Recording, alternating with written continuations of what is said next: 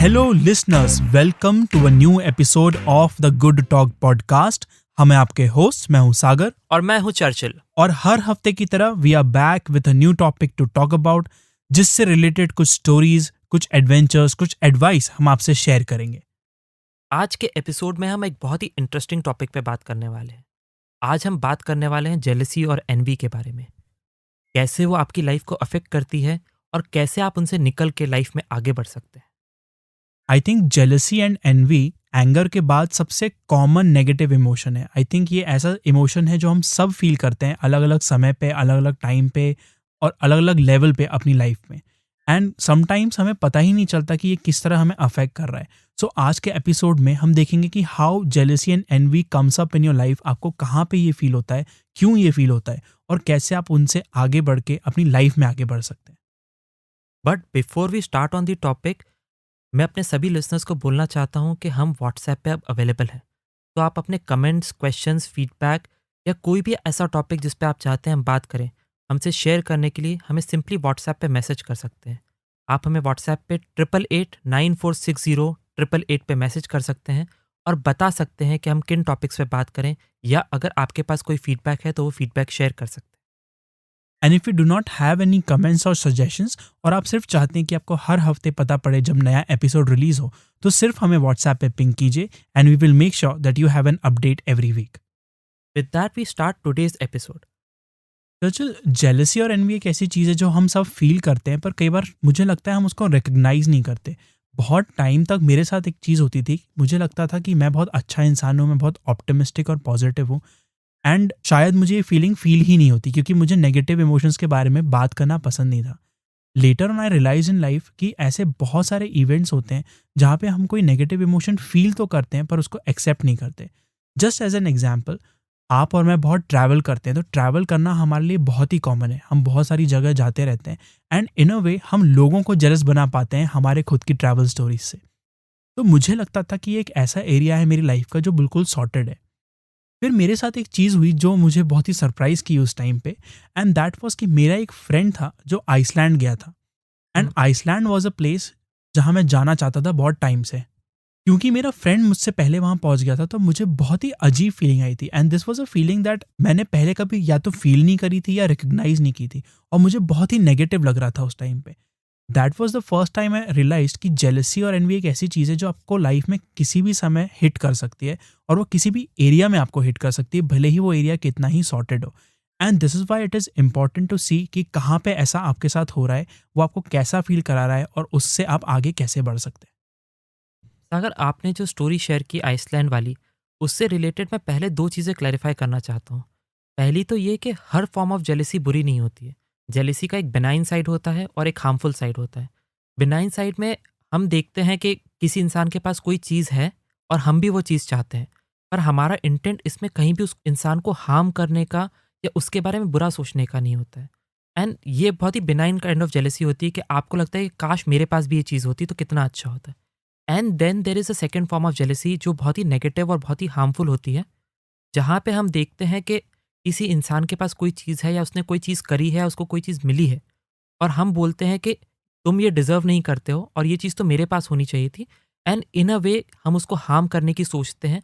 कर पाते हैं या नहीं पाते हैं वो अलग बात है, बट हमारा इंटेंशन ये रहता है कि किसी तरीके से उसका बुरा हो जाए, उसके पास से वो चीज़ चली जाए या एटलीस्ट उसका वो एक्सपीरियंस खराब हो जाए जो अभी ले रहा है। आई थिंक ये जो लास्ट में आपने बोला कि एक्सपीरियंस खराब हो जाए किसी तरह से, ये हम ना चाहते हुए भी कई बार विश कर लेते हैं लोगों के लिए, क्योंकि अल्टीमेटली कोई भी नेगेटिव इमोशन दूसरों को कम इफेक्ट करता है और आपको खुद ज़्यादा इफेक्ट करता है। अगर आप बहुत ज़्यादा गुस्सा करते हैं तो definitely when you scream at people तो दूसरे लोगों को भी उसका इम्पैक्ट पड़ता है, लेकिन उससे भी ज़्यादा अगर आप एंगर होल्ड करके चलते हैं तो आप पे ही उसका नेगेटिव इम्पैक्ट ज़्यादा आएगा। और इसीलिए जेलसी, एनवी, इनसिक्योरिटी, इस टाइप के नेगेटिव इमोशन से डील करना ज़रूरी है, because these emotions are just emotions but they are very negative inside you. If they stay inside you तो आपको हमेशा ही नेगेटिव लगेगा और आपका फोकस सिर्फ यही फील करने में रह जाएगा और आप वो नहीं कर पाएंगे जो आप करना चाहते हैं। जेलेसी की बुरी बात भी यही है कि जितना वो दूसरों को अफेक्ट करती है, उससे ज़्यादा वो आपको अफेक्ट करती है। कई बार तो दूसरे इंसान को पता ही नहीं होता कि आप किस चीज़ के लिए बुरा फ़ील कर रहे हैं या किस चीज़ के बारे में आपको गलत लग रहा है। बट आपको पता है और आपके माइंड में अब वही थॉट्स चल रहे हैं। तो वो अनप्रोडक्टिव स्टेट में आप काफ़ी समय निकाल देते हैं, उन्हीं नेगेटिव फीलिंग्स के क्लाउड में आप काफ़ी टाइम निकाल देते हैं और आप आगे नहीं बढ़ पाते हैं। और ये जो फीलिंग होती है जेलेसी की, ये कई बार बहुत ही वियर्ड तरीके से आ जाती है। रिसेंटली मेरे साथ एक एनकाउंटर हुआ था जहाँ पे मैं एक फैमिली इवेंट में गया था। वहाँ पे मेरे एक बहुत ही डिस्टेंट रिलेटिव्स थे। हुँ, मैं उनसे बहुत दिनों बाद मिला। थोड़ी देर बात करने के बाद उन्होंने बताना चालू किया कि उनका बेटा पुणे में सेटल हो गया है और बहुत ही अकम्प्लिश्ड लॉयर बन गया है और उसने अभी-अभी 22 करोड़ का घर खरीदा है and he maintains an Audi and BMW. मैंने उस वक़्त तो उनको बोला कि बहुत अच्छी बात है और उनको कांग्रेचुलेट भी किया एंड मैं वापस अपने होटल आ गया। जब मैं वापस अपने होटल आया तो देन आई रियलाइज़ कि कुछ नेगेटिव मेरे माइंड में चल रहा है और मुझे कुछ अजीब-सा लग रहा है। मुझे अच्छा नहीं लग रहा था and at the same time मुझे बड़ा ऑकवर्ड फ़ील हो रहा था। तो फिर मैं बड़ी मुश्किल से सोया, मैं नींद भी उतनी अच्छी तरीके से ले नहीं पाया। बट जब मैं अगली मॉर्निंग उठा, तो मैंने रियलाइज़ किया कि ये नेगेटिव फीलिंग बहुत ही अननेसेसरी रीज़न से मेरे पास अटकी हुई है। ना मुझे वो लाइफ़स्टाइल चाहिए थी, मैं अपनी करंट लाइफ़ में बहुत खुश हूँ। मैंने चूज़ किया था मेरे वर्क को, मेरी लाइफ़स्टाइल को, मेरी हर चीज़ को जो मेरे आस-पास है और उस हिसाब से मैं अपनी लाइफ़ जी रहा था। बट बिकॉज़ किसी ने कोई नई स्टोरी नरेट कर दिया, किसी ने कुछ बताया, तो आपको नेगेटिव फ़ील होने लग जाता है, आपको जेलसी फ़ील होने लग जाती है। तो बड़ा ज़रूरी है आइडेंटिफ़ाई करना कि कुछ मोमेंट्स पहले तक आपको जिस चीज़ की ज़रूरत नहीं थी, जिस चीज़ से आपका कोई रिलेशन नहीं था, सडनली किसी इंसान के कुछ बोलने या बताने के बाद से आपको एक नेगेटिव फीलिंग से घेर लेती है। काफ़ी अच्छा एग्जाम्पल है चर्चिल, क्योंकि इससे पता चलता है कि आपको किसी चीज़ की ज़रूरत थी ही नहीं और फिर भी वो चीज़ आपको जेलस फ़ील करा सकती है। और ये ज़रूरी नहीं है कि कोई बहुत बड़ा सक्सेस हो, बहुत छोटी-छोटी चीज़ें भी अगर हम किसी के बारे में सुनते हैं, जैसे कि उसका रूटीन बहुत अच्छा है या उसको कुछ नया प्रमोशन मिला है जॉब पे, वो भी ऐसे जॉब में जो आप खुद नहीं करते, आप कंप्लीटली किसी डिफरेंट जगह में काम करते हैं, वो किसी और जगह पे काम करता है एंड फिर भी उनको प्रमोशन मिलता है और आपको बुरा लग जाता है। अक्सर जब हम दोस्तों में बैठते हैं तो कई बार हमारा ध्यान इस पे भी रहता है कि किसको प्रमोशन मिल रहा है या सैलरी रेज़ मिली है, और हम मज़ाक-मज़ाक में तो बोलते हैं कि यार अब तो तू ही पार्टी देगा एंड सो ऑन। पर कहीं न कहीं उसके पीछे हमारे बैक ऑफ द माइंड में ये फीलिंग भी रहती है, यार इसको तो मिल रहा है, हमें क्यों नहीं मिल रहा है, या हमें भी मिल सकता था, इसको नहीं मिलना चाहिए था एंड सो ऑन।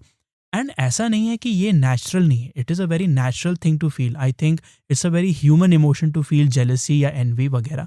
लेकिन अगर वो आपकी लाइफ को नेगेटिवली इम्पैक्ट कर रहा है, if that is the only thing you are usually thinking about, तो फिर कहीं ना कहीं आपको उस पर काम करना चाहिए। और सागर आप नोटिस करोगे कि जेलेसी की फीलिंग में एक रिलेशनशिप का फैक्टर बड़ा ज़रूरी होता है। आपको कभी भी ऐसे इंसान से जेलेसी नहीं होगी जो आपसे रिलेटेड नहीं है। जेलेसी हमेशा उन्हीं लोगों से होती है जिनमें और आप में कुछ कॉमन फैक्टर होता है। आपकी कॉमन स्कूलिंग हो सकती है, आपका कॉमन सर्कल हो सकता है, आप रिलेटिव्स हो सकते हो, बट कुछ ना कुछ कॉमन होना ज़रूरी है। आपको कभी भी किसी ऐसे इंसान से जो आपसे रिलेटेड नहीं है, जेलेसी नहीं होती है। आपको कभी मुकेश अंबानी से जेलेसी की फीलिंग नहीं आ रही कि वो एंटीला में रहता है और मेरा घर छोटा है। पर आपको ये फीलिंग ज़रूर आती है कि मेरे फ्रेंड की जॉब में प्रमोशन हो गया है या उसने नई कार ले ली है और मैं अभी पुरानी कार चला रहा हूँ। तो एक कॉमन फैक्टर होना या कॉमन चीज़ होना बड़ा ज़रूरी होता है जेलेसी में। इससे मुझे वो एड याद आती है जिसमें एक पड़ोसी रहता है और वो उसको बोलता है, वाह सर, नया घर, नई गाड़ी, नई बीवी, बढ़िया है। एंड इवन दो वो कह रहा है बढ़िया है, पर उसकी टोन में, उसकी वॉइस में सच में तारीफ नहीं है, सच में खुशी नहीं है, but they are just being jealous of the person. तो आई थिंक ये हम बहुत सारी बार कर जाते हैं और हमें पता नहीं चलता कि हमारे साथ ऐसा हो रहा है। फॉर एग्जाम्पल सोशल मीडिया, जहाँ पे अक्सर हमें सबसे ज़्यादा जेलसी की फीलिंग आती है क्योंकि लोग अपनी पॉजिटिव चीज़ें पोस्ट करते हैं। हम कोशिश करते हैं किसी चीज़ को लाइक करने की या किसी पे लव वाला इमोटिकॉन देने की या फिर कुछ कमेंट करने की, बट कहीं ना कहीं हमारे अंदर ये फीलिंग भी रहती है कि हम कर देते हैं पर हमें उतना अच्छा नहीं लग रहा होता जितना हम दर्शाना चाह रहे हैं। And this is where you can use this as a guide to see कि आपको किसी चीज़ से जेलसी क्यों हो रही है। और जब आप ये सवाल पूछते हैं तो you will be able to decide कि आपको सच में वो चीज़ चाहिए जिस पे आप जेलस हो रहे हैं, या it is just a common feeling and you can let go. ये डिस्टिंक्शन करना ज़रूरी है क्योंकि आप हर जेलसी फीलिंग को प्रोडक्टिवली यूज़ नहीं कर सकते। देयर आर टाइम्स जब ऐसी फीलिंग्स आपको आएँगी जिनको एज़ अ गाइड यूज़ करके आप अपनी लाइफ़ आगे बढ़ा सकते होगे, but it does not apply to everything. तो the first step is recognising the feeling, जैसा कि आपने कहा कि जब आपको वो फ़ील होता है, तो आपको समझना चाहिए कि अच्छा, सही नहीं लग रहा है या नेगेटिव लग रहा है। And then from there you can move on to the next step which is understanding कि आपको सच में जिस चीज़ से जेलस हो रहे हो आप, वो चीज़ चाहिए या सिर्फ़ आप जेलस हो रहे हैं and you can let it go. इसमें ये समझना भी बड़ा ज़रूरी होता है कि जब हमें जेलेसी होती है तो हमें जेलेसी हो क्यों रही है। मुझे लगता है प्राइमरीली हमें जेलेसी की फीलिंग इसलिए आती है क्योंकि हम कहीं ना कहीं अपनी कैपेसिटी को क्वेश्चन कर रहे हैं। जब हम बोलते हैं कि हमारे दोस्त को प्रमोशन मिल गया है और हम अभी भी वहीं पे हैं, तो हमें जेलेसी की फीलिंग इसलिए आ सकती है क्योंकि हमें लगता है कि शायद वो हमसे ज़्यादा काबिल है, या उसमें ज़्यादा कैपेसिटी है, इसलिए उसको प्रमोशन मिल गया, या इसलिए वो आगे बढ़ पा रहा है और हम पीछे रह गए। वहाँ पे रुक के अपने आप से ये सवाल पूछना कि क्या उसको जो चीज़ मिली है वो आपसे रिलेटेड है, या आपको उससे कुछ नेगेटिव असर पड़ रहा है, या आप एक्चुअली उस चीज़ के लिए कोशिश कर भी रहे थे या नहीं कर रहे थे। बड़ा ज़रूरी हो जाता है। कई बार हम ऐसी चीज़ों के लिए जेलेसी फील कर लेते हैं जिसके लिए हम कोशिश कर ही नहीं रहे थे, और हम जेलेसी की फीलिंग से अपने सेल्फ कॉन्फिडेंस को और अपनी सेल्फ इमेज को छोटा कर लेते हैं। जबकि करना ये चाहिए कि जब भी आपको इस नेगेटिव इमोशन की फीलिंग आए, आपको लगे कि मुझे थोड़ा अजीब लग रहा है या नेगेटिव लग रहा है, आपको बैठना चाहिए और अपने आप से सवाल करने की कोशिश करनी चाहिए कि क्या सच में मुझे वो चीज़ चाहिए थी जो उस इंसान के पास है? और अगर सच में मुझे वो चीज़ चाहिए थी जो उस इंसान के पास है, तो क्या मैंने उस चीज़ को पाने के लिए कोई कोशिश पहले करी थी? अगर इन दोनों सवालों में से किसी भी सवाल का जवाब आपके पास नहीं है, तो कहीं न कहीं आप जिस नेगेटिव फीलिंग से अपने आप को घेरे हुए हैं, वो फीलिंग की कोई ज़रूरत नहीं है, और आप अपने आप को पैसिफ़ाई कर सकते हैं समझा के कि जब मैंने कोशिश ही नहीं करी उस चीज़ को पाने की, तो मुझे वो चीज़ मिलेगी कैसे? इस एग्जाम्पल में आई थिंक 2 चीज़ें छुपी हुई है। पहली चीज़ तो जो आपने बोली कि आप अपनी सेल्फ इमेज को बहुत लो देखते हैं। हम सबके साथ एक प्रॉब्लम तो होती ही है कि हम अपनी वीकनेसेस को थोड़ा ज़्यादा ही बढ़ाकर देखते हैं अपने माइंड में। तो जैसे ही हमें कुछ ऐसा मिलता है जो किसी ने किया है और वो हमारी वीकनेस को डायरेक्टली अफ़ेक्ट करता है या डायरेक्टली उसको एड्रेस करता है, तो हम उस चीज़ को देख के और अपने आप को छोटा महसूस करने लगते हैं कि ओह! उसको वो मिल गया जो हमें भी चाहिए था, पर हम वहाँ तक शायद नहीं पहुँच सकते। ये मेरे साथ अक्सर होता है जब मैं किसी आर्टिस्ट को या किसी सिंगर को देखता हूँ। क्योंकि in my mind I have to reach a certain level जिसके बाद ही मैं वो चीज़ कर पाऊँगा जो वो कर रहा है।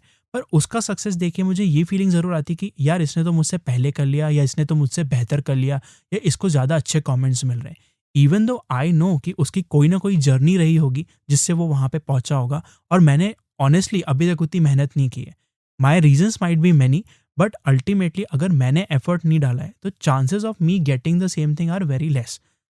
ये चीज़ जब आपको जेलसी फ़ील हो रही होती है तब आप कॉन्शियसली सोचते ही नहीं हो। आप भूल जाते हो कि किसी ने क्या मेहनत डाली है। सो बेसिकली आप अज़्यूम कर लेते हो कि उसको जो चीज़ मिली है, वो बिना मेहनत के मिल गई है और बिना किसी प्रोसेस के मिल गई है।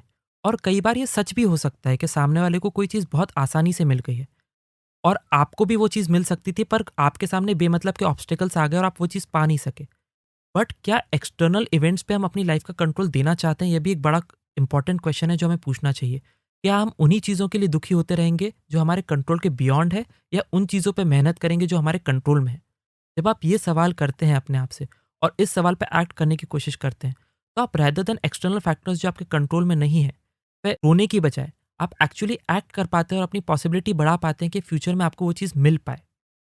This is a great way to put it Churchill कि आपको अगर किसी की जर्नी पता नहीं है तो all you can assume is कि उनको वो चीज़ बाय चांस मिल गई होगी और वहीं से काफ़ी सारी हमारी नेगेटिव फीलिंग आती है। रिसेंटली मैं टिम फेरिस का पॉडकास्ट सुन रहा था एंड उसके एक एपिसोड में ही वाज टॉकिंग अबाउट कि कैसे people will mistake a result और an achievement as being due to an attribute rather than skill. यानी कि लोग भूल जाते हैं कि कोई चीज़ किसी को भी मिली है वो उसका एट्रीब्यूट नहीं है। They might not be naturally born with it but उसके पीछे उसकी स्किल है यानी कि उसने उस पर मेहनत की है। हम जब भी किसी का सक्सेस या रिजल्ट देखते हैं तो वे डायरेक्टली अज्यूम कि इसको बाय चांस मिल गया होगा या ये नेचुरली बॉर्न ऐसा होगा या टैलेंटेड होगा या वॉट। हम कभी भी उसकी मेहनत को अप्रिशिएट नहीं करते हैं। राइट एंड आई थिंक उसका रीज़न एक ये भी है कि हम खुद की मेहनत को भी अप्रिशिएट नहीं करते। Even when we work hard on something तो हम कॉन्स्टेंटली ये सोचते रहते हैं कि हाँ हार्ड वर्क तो बहुत अच्छा है but ultimately it is all about luck या ultimately it is all about talent या अल्टीमेटली कुछ हमको अचानक से मिल जाएगा और हमारा काम हो जाएगा एंड सो ऑन। तो हम क्योंकि अपनी खुद की जर्नी या अपनी खुद की मेहनत को ऑनर नहीं करते, रिस्पेक्ट नहीं करते, तो सिमिलरली हम देखते ही नहीं है कि सामने वाले ने क्या मेहनत की होगी। एंड मुझे लगता है कि अगर किसी को कोई चीज़ बहुत आसानी से मिल भी गई है, तो उससे आपको दुखी होने की कोई ज़रूरत नहीं है। राइट। मैं पर्सनली तो ये फ़ील करता हूँ कि the journey is more important then the destination. तो बेसिकली आपको जो मिला है, उससे ज़्यादा जो आपकी प्रोसेस रहती है, उसमें आपको ज़्यादा मज़ा आता है। और अगर लाइफ़ का अल्टीमेट एम हैप्पीनेस और सैटिस्फैक्शन की फीलिंग लाना है, तो आप देखेंगे कि जिस इंसान ने मेहनत करके कोई चीज़ पाई होती है, उसको ज़्यादा हैप्पीनेस और सैटिस्फैक्शन मिलता है वर्सेस उस इंसान को जिसको वो चीज़ दे दी गई होती है। तो आप नोटिस भी करेंगे कि जो बच्चे बहुत ही प्रिविलेज्ड फैमिलीज़ में बॉर्न होते हैं, उनका स्ट्रगल डिफरेंट होता है। उनको मिला तो सब कुछ होता है, बट उनके अंदर वो हैप्पीनेस और सैटिस्फैक्शन की फीलिंग बड़ी कम होती है, क्योंकि उनको पता है कि उनको जो भी मिला है, वो उनकी मेहनत का नहीं है।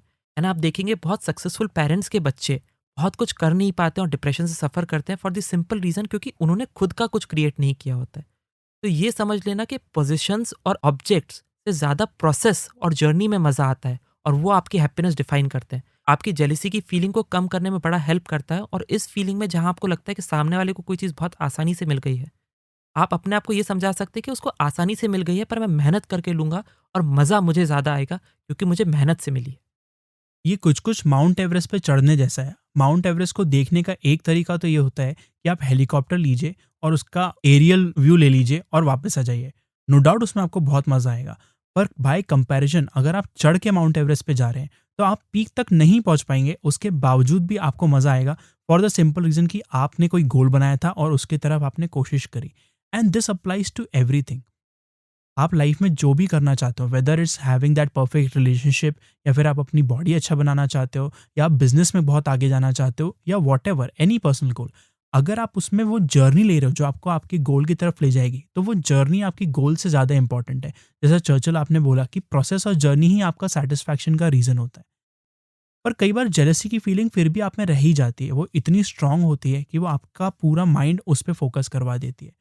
जब मुझे ऐसा फ़ील होता है तो मैं एक छोटी-सी एक्सरसाइज़ करने की कोशिश करता हूँ कि I try to write down as if the other person will have the best results, and फिर मैं देखता हूँ कि उससे मेरे को क्या फ़र्क पड़ता है।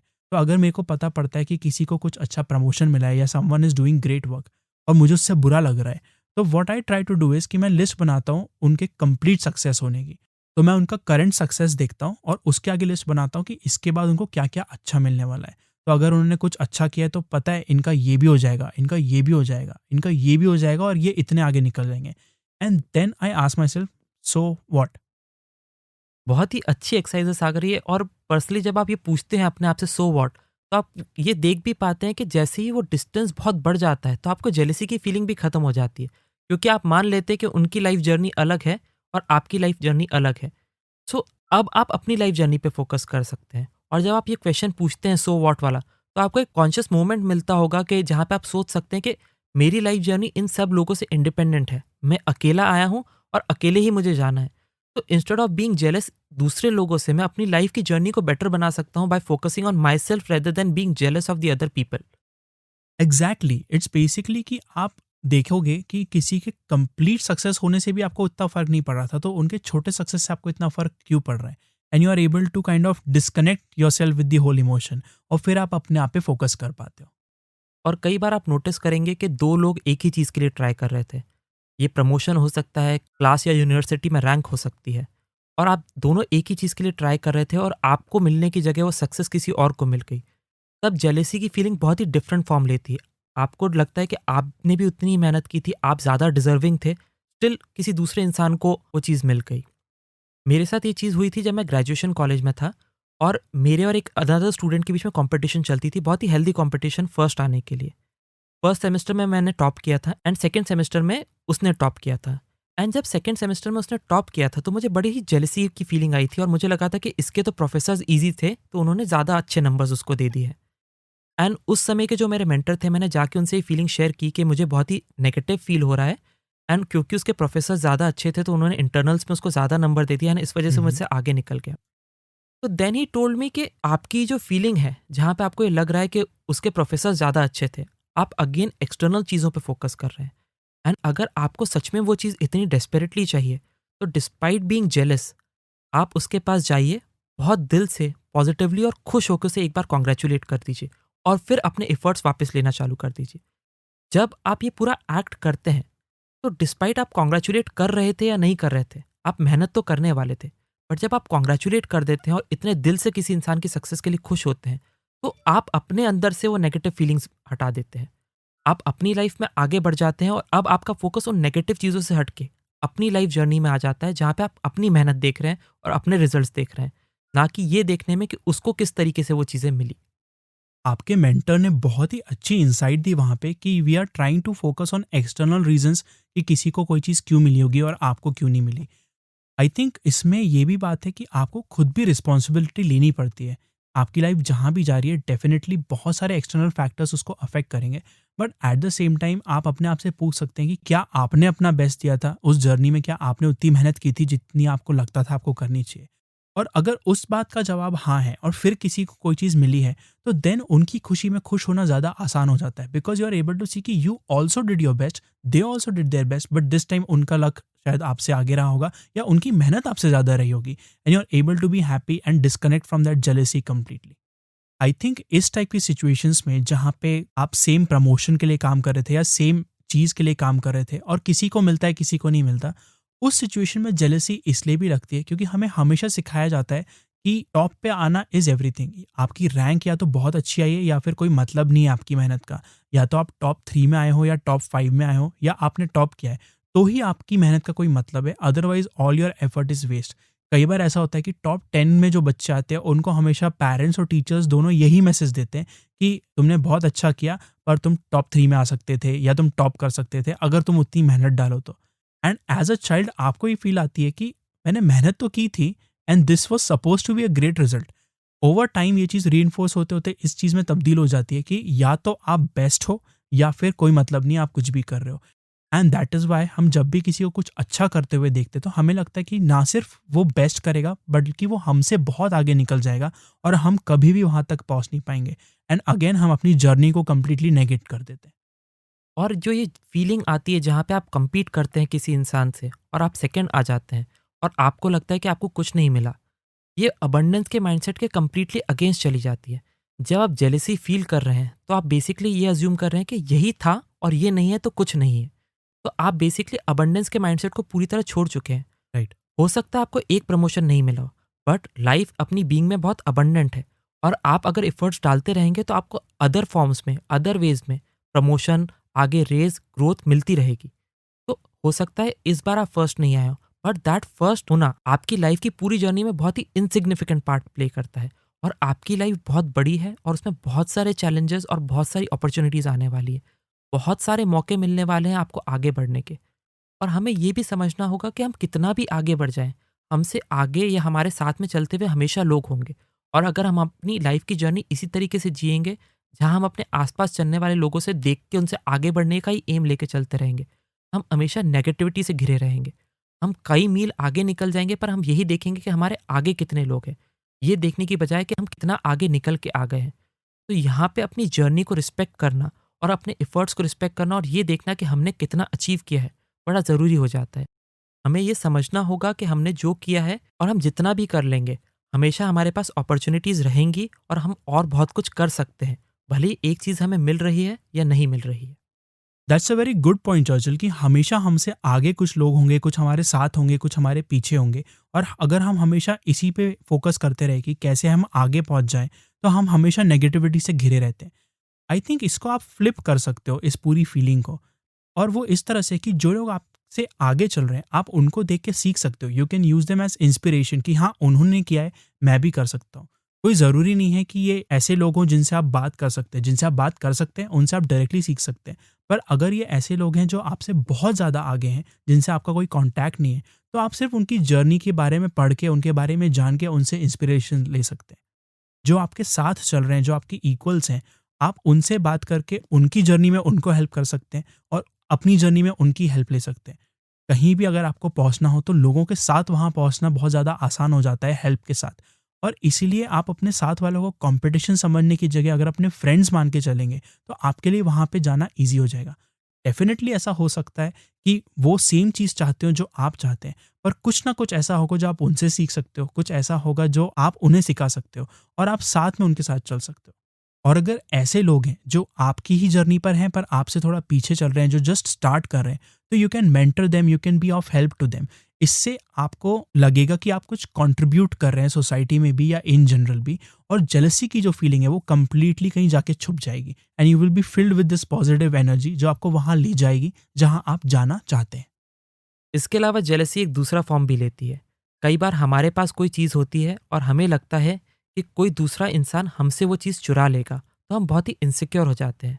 जब आप छोटे हैं तो आप देखते हैं कि अगर आपके भाई बहन को कोई चीज़ मिलती है तो आपके अंदर एक जेलसी की फीलिंग आती है उन्हीं भाई बहनों के लिए जिनसे आप बहुत प्यार करते हैं।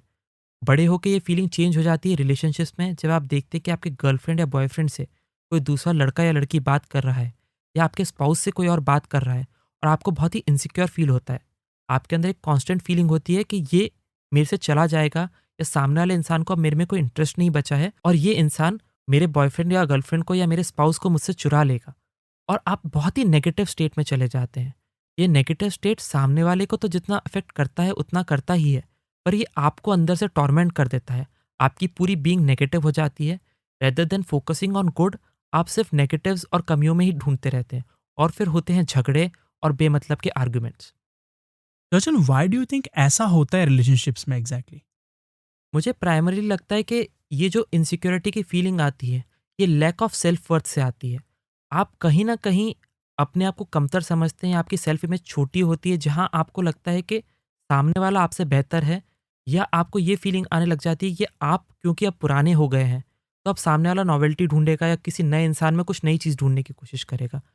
So it is more a reflection of कि आप अपने बारे में क्या सोचते हैं रेदर देन सामने वाला क्या कर रहा है। जो ये चीज़ होती है इनसिक्योरिटी, ये मोस्टली आपको ये सोचने पे मजबूर कर देती है कि क्या मैं गुड इनफ हूँ? और जब आप ये सवाल अपने आप से करते हैं, तो आप इसका आंसर ढूँढने की कोशिश करते हैं कि सामने वाला गलत कर रहा है, रेदर देन थिंकिंग कि कहीं न कहीं आपके अंदर कुछ गलत फीलिंग्स हैं या आपके अंदर लैक ऑफ सेल्फ वर्थ है, इस कारण से ये फीलिंग्स बाहर निकल के आ रही हैं। और इसमें कहीं भी ये बात नहीं है कि आप एक्चुअल मिस्टेक्स को कंप्लीटली इग्नोर कर दें। जब कोई पर्सन सच में बुरा बिहेव कर रहा है, तो आपको पता चलेगा कब वो सच में बुरा बिहेव कर रहा है या आपके साथ गलत कर रहा है। बट जनरली हम जब भी इनसिक्योरिटी फील करते हैं, तो वो हमारे अंदर से ही आती है, क्योंकि हमें अपने आप को कमतर समझने की आदत होती है, जैसे कि चर्चिल ने बोला। एंड अगर आपको ये फीलिंग आ रही है आपकी लाइफ में, आपकी रिलेशनशिप्स में, तो this is a guide that you can use to make yourself better in your own eyes. अगर आप सेल्फ रिस्पेक्ट पे काम करेंगे, सेल्फ इमेज पे काम करेंगे, अपने कॉन्फिडेंस पे काम करेंगे, तो यू विल सी कि धीरे धीरे ये फीलिंग अपने आप खत्म हो जाएगी। And you will be able to trust people more and work with them in a natural environment. मुझे लगता है कि अगर आपके अंदर ये फीलिंग है कि मैं गुड हूँ और मैं अपना बेस्ट कर रहा हूँ, तो कोई कारण नहीं है कि जिस इंसान ने पहले आपको चूज़ किया था, अब आपको वो अनचूज़ कर देगा या आपको छोड़ के किसी और के पास चला जाएगा। आपने अपने अंदर ये फीलिंग लेके आई है कि अब मैं उतना अच्छा नहीं हूँ, और अगर आपके अंदर ये फीलिंग है कि हो सकता है मैं अब उतना अच्छा नहीं बचा हूँ, तो this is a guide to you कि आपको बेहतर करने की ज़रूरत है। आपको आइडेंटिफ़ाई करने की ज़रूरत है उन एरियाज़ को जहाँ पे आप इम्प्रूव कर सकते हैं। आप किस तरह से अपनी लाइफ में, अपने रिलेशनशिप्स में नई लाइफ ला सकते हैं और किस तरह से नॉवेल्टी इंट्रोड्यूस कर सकते हैं। और जब आप ये करने की कोशिश करेंगे, तो आप देखेंगे कि डिस्पाइट सामने वाला कैसे रिस्पॉन्ड करता है, अब आपके अंदर से वो इनसिक्योरिटी की फीलिंग या वो ईर्ष्या की फीलिंग कम होने लग गई है। अब आपको जेलसी की फीलिंग नहीं होती जब आपका पार्टनर या आपका स्पाउस किसी दूसरे लड़के या लड़की से बात करता है। आप बहुत नेचुरली और नॉर्मली उसको लेते हैं। हाँ, इसमें ये कैविएट भी है कि अगर सामने वाला सच में चीट कर रहा है और कुछ गलत कर रहा है, तो आपको पता होना चाहिए and you should call it out. But generally कोई इंसान किसी से बात करता है, उसे नेगेटिव और जेलसी की फीलिंग होना बहुत ही गलत चीज़ है। And that is the key to fighting any negative emotion, कि आपको हर नेगेटिव इमोशन को एज अ गाइड यूज़ करना होता है, एज अ साइन यूज़ करना होता है कि आपकी लाइफ में कुछ गलत है जिसको आपको फिक्स करना चाहिए। जैसे कि जेलसी के साथ होता है, आपको जिस भी एरिया में जेलसी फील होती है, you just have to ask yourself कि आपको क्यों जेलसी फील हो रही है। एंड जो भी चीज़ आपको जेलस बना रहा है, कि आपको वो सच में चाहिए। अगर आपको वो सच में चाहिए, if that is something you want to work on, तो उस पे काम करना स्टार्ट करना is a great way to turn jealousy into a positive thing. मुझे इसमें एक लव लैंग्वेज की एक्सरसाइज भी बड़ी अच्छी लगती है। जब आप लव रिलेशनशिप्स की बात करते हैं, तो ये आइडेंटिफाई करना कि आपकी लव लैंग्वेज क्या है और सामने वाले की लव लैंग्वेज क्या है, और उसी फॉर्म में सामने वाले को रेसिप्रोकेट करना जो उसकी लव लैंग्वेज है, बड़ा ही अच्छा काम करती है रिलेशनशिप स्ट्रेंथन करने में और जेलसी की फीलिंग को कम करने में। This is a new term जॉर्जर, love language, जो मैंने भी नहीं सुना है। तो कैन यू एक्सप्लेन कि वो क्या होता है एग्जैक्टली? बेसिकली सागर, ह्यूमंस की लव लैंग्वेज वो चीज़ होती है कि ह्यूमंस लव 5 तरीकों से दर्शाते हैं या रिसीव करते हैं। इनमें सबसे पहला तरीका होता है वर्ड्स ऑफ अफर्मेशन। जब हम वर्ड्स ऑफ अफर्मेशन की बात करते हैं, तो आप किस तरीके से वर्बल वेज में अपना लव दर्शाते हैं। Second is acts of services. Acts of services is कि आप सामने वाले के लिए काम कर देते हैं। कुछ लोगों के लिए होता है कि वो कुक कर देते हैं, कुछ लोगों के लिए होता है वो घर क्लीन कर देते हैं, कुछ हस्बैंड या कुछ पार्टनर्स अपने वाइफ का काम करके या उनके काम में हाथ बटा के लव दर्शाने की कोशिश करते हैं। Then there is a concept of quality time, कि आप जब एक दूसरे के साथ हैं, तो आपका कितना अटेंशन सामने वाले पे है। Then the next thing is giving and receiving gifts, कि आप सामने वाले को गिफ्ट्स कितना देते हैं और रिसीव करते हैं। And finally is physical touch and intimacy, कि आप कितनी बार हैंड्स होल्ड करते हैं, आपकी फिजिकल प्रॉक्सिमिटी कितनी ज़्यादा है, आपका लव रिलेशनशिप कितना अच्छा है। हर इंसान के लिए लव डिफरेंट मीन करता है।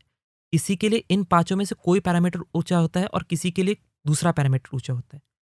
ये आइडेंटिफ़ाई करना कि आपकी लव लैंग्वेज में कौन-सा पैरामीटर टॉप पे आता है और आपके पार्टनर की लव लैंग्वेज में कौन-सा पैरामीटर टॉप पे आता है, बड़ा ज़रूरी है। अगर किसी इंसान के लव पैरामीटर में क्वालिटी टाइम सबसे टॉप पे आता है हुँ। और आप उसको क्वालिटी टाइम देने की जगह गिफ्ट्स दे रहे हैं, तो डिस्पाइट आप कितने भी गिफ्ट्स दे देंगे, उसको अनफुलफिल्ड ही फ़ील होगा। और अगर आपके पैरामीटर्स में एक्ट्स ऑफ सर्विस टॉप पे आता है और कोई इंसान आपको क्वालिटी टाइम देने की कोशिश कर रहा है, आपको स्टिल अनफुलफिल्ड फ़ील होगा। तो रिलेशनशिप्स में अपने लव लैंग्वेज को आइडेंटिफ़ाई करना कि मेरे लिए सबसे ज़्यादा ज़रूरी क्या है और सामने वाले को कम्युनिकेट करना कि मेरे लिए सबसे ज़्यादा इम्पोर्टेंस ये चीज़ रखती है, और ये आइडेंटिफ़ाई करना कि उसके लिए सबसे इम्पोर्टेंट क्या है और उसको उसी टर्म्स में लव एक्सप्रेस करना, बड़ा हेल्प करता है रिलेशनशिप्स को स्ट्रेंथन करने में। ये कंसेप्ट मुझे बहुत ही अच्छा लगा चंचल। I think this is such a great topic जो कपल्स यूज़ कर सकते हैं आपस में बात करने के लिए। इनफैक्ट अगर आप कपल्स नहीं है, सिर्फ फ्रेंड्स भी हैं, तो भी आप बात कर सकते हैं कि what matters to the other person more. अगर वो आपके साथ टाइम स्पेंड कर ही रहा है, तो क्यों ना आप उनसे पूछे कि how can we make this spend time better, और उसके बेसिस पे आप अपने हर टाइम को प्लान कर सकते हैं। So that's a great tip Chanchal, I really like that. तो जब आपको अपनी लाइफ में फीलिंग आती है कि कहीं न कहीं आपको इनसिक्योरिटी फ़ील हो रही है क्योंकि आपका पार्टनर, भले ही वो फ्रेंड हो या स्पाउस हो, वो आपसे ड्रिफ्ट हो रहा है, तो आप आइडेंटिफ़ाई कर सकते हैं कि कहीं ये डिफरेंस आपकी लव लैंग्वेज की वजह से तो नहीं है, और आप आइडेंटिफ़ाई करके अपने रिलेशनशिप को सीमेंट कर सकते हैं, अपने आप को बेटर बना सकते हैं इन छोटे तरीकों से। सो आज के एपिसोड में हमने बात की कि कैसे जेलसी हम सबको अफेक्ट करती है और हमें कब कब ये फीलिंग आती है और कैसे हम इसको टैकल कर सकते हैं। हमने देखा कि you can look at someone else's journey, आप उनके एफर्ट्स को रिकग्नाइज कर सकते हैं और अप्रिशिएट कर सकते हैं अपनी जेलसी की फीलिंग को कम करने के लिए। इसके साथ ही आप अपनी जर्नी को भी देखिए और ये देखिए कि आपकी जर्नी कैसे आपके लिए इंपॉर्टेंट है, आपका प्रोसेस कैसे आपके लिए इंपॉर्टेंट है, और वहाँ से जेलसी को आप कन्वर्ट कर सकते हैं हैप्पीनेस और जॉय में। End of course that's the most important question जो आप अपने आप से पूछ सकते हैं कि जब आपको किसी चीज़ के लिए जेलसी फील हो रही है, क्यों हो रही है, और क्या आपको वो चीज़ सच में चाहिए जिसके लिए आप जेलस हैं या एनवी फील कर रहे हैं। और फिर भी अगर आपको ये लगता है कि किसी को कोई चीज़ बहुत आसानी से मिल गई है और बिना मेहनत किए मिल गई है, तो आप ये रिकग्नाइज़ कर सकते हैं कि जर्नी में ज़्यादा मज़ा आता है रेदर देन द डेस्टिनेशन। तो हैप्पीनेस और सैटिस्फैक्शन अगर गोल है, तो मेहनत करके पाई गई चीज़ का मज़ा ज़्यादा है। आप अपनी लाइफ में से इनसिक्योरिटी कम करने के लिए अपने आप को इम्प्रूव कर सकते हैं, अपने कॉन्फिडेंस और सेल्फ वर्थ पे वर्क कर सकते हैं, और आप अपने और अपने पार्टनर की लव लैंग्वेज आइडेंटिफाई करके अपने रिलेशनशिप को और स्ट्रेंथन कर सकते हैं। With that we come to an end of this episode of the good talk podcast. हम चाहते हैं कि if you have any comments, suggestions और feedback to share with us, तो आप हमको डायरेक्टली व्हाट्सएप कर सकते हैं ऑन 8889460888।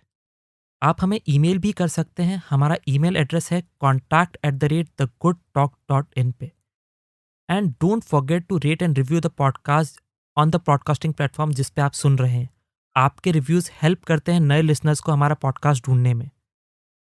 फाइनली किसी से भी ये पॉडकास्ट अगर आप शेयर करना चाहते हैं, तो उनको सिर्फ ये वेबसाइट का एड्रेस दीजिए thegoodtalk.in, और वो अपने फेवरेट पॉडकास्टिंग प्लेटफॉर्म या हमारी वेबसाइट पे ये पॉडकास्ट सुन सकते हैं। जब आप उनसे ये पॉडकास्ट शेयर करें, डू लेट देम नो कि आपका फेवरेट एपिसोड कौन सा है। With that we are your host signing off for this week. मैं हूँ चर्चिल, और मैं हूँ Sagar. Saying bye bye. Bye bye.